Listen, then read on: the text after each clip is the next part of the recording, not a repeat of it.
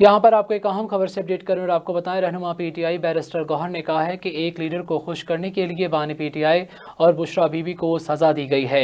यहाँ पर आपको एक अहम खबर से अपडेट कर रहे हैं कि बैरिस्टर गौहर ने कहा है कि एक लीडर को खुश करने के लिए बानी पीटीआई और बुशरा बीबी को सज़ा दी गई है।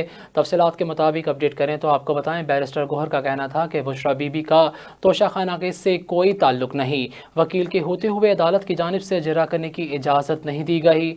मजीद कहना था कि रहनुमा पीटीआई का कहना था कि 342 के बयान में हमने इस्तदा की है कि हमें गवाह पेश करने चाहिए, लेकिन अदालत की जानिब से गवाह पेश करने का मौका नहीं दिया गया। सज़ा के खिलाफ हाई कोर्ट में दरख्वास्त दायर करेंगे। बैरिस्टर गौहर का मजीद कहना था कि बुशरा बीबी ने ज़ाती तौर पर कोई तोहफा नहीं लिया। बैरिस्टर गौहर ने कहा कि सज़ाओं का मकसद बानी पीटीआई पर प्रेशर डालना है और सियासत से आउट करना है। ये पहले भी नाकाम हो चुके हैं और आइंदा भी नाकाम होंगे।